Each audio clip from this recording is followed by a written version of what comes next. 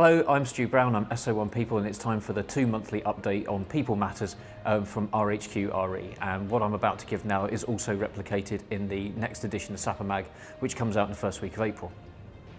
What I want to do now is crack straight into promotion rules. There's already a Facebook post out about this already, and Core Communique number 7 has been released to say how promotion rules for those being promoted from corporal to sergeant and from sergeant to staff sergeant will change.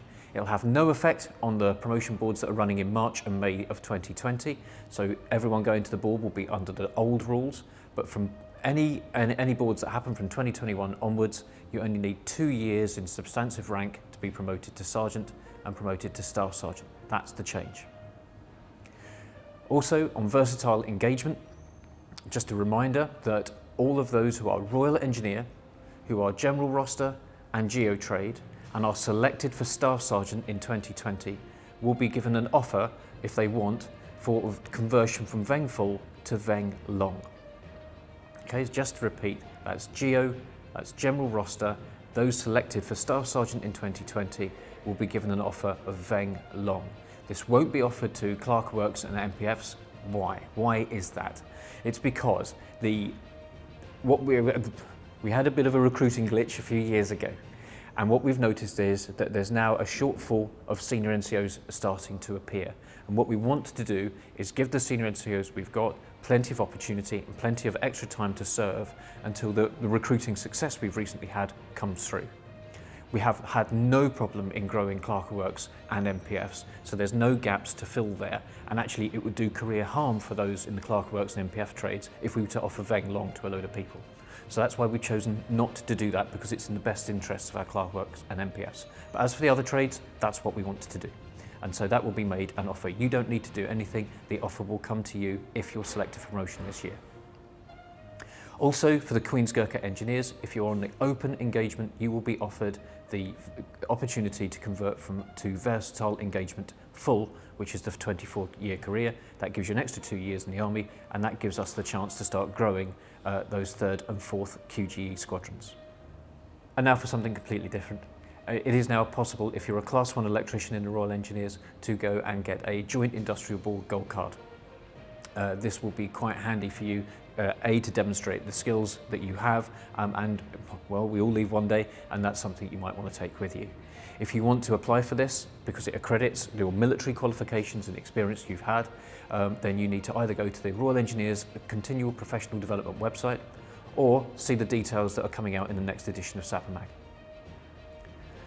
Rejoins were always open to those who want to come back to the Corps. If you want to rejoin the Corps, the door is open. If you want to, then the people you need to speak to either are your local Regimental Career Management Officer, or the local Army Careers Office, or go online to the Army Careers website, and all the details are there.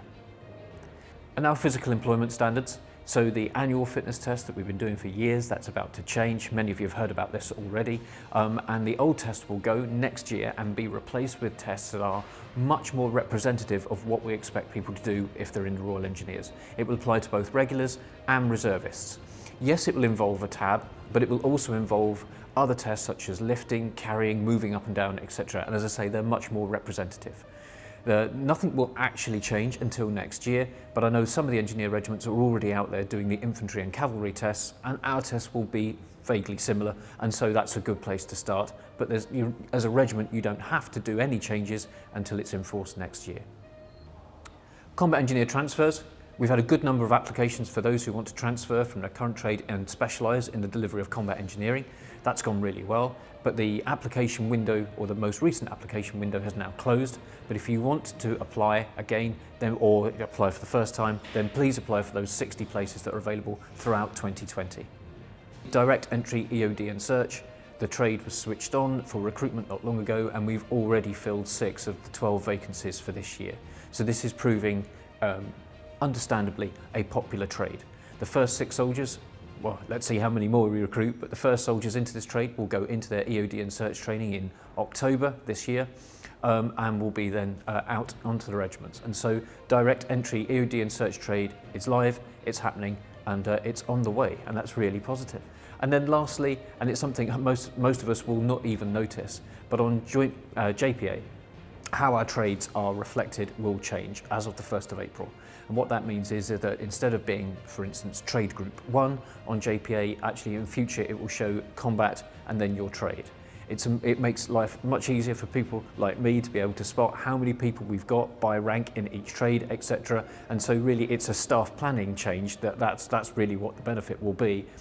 In all other regards, you will notice no change unless you look at your JPA printout. And so that's it for now, and there's another update due in about another 2 months' time. Thank you.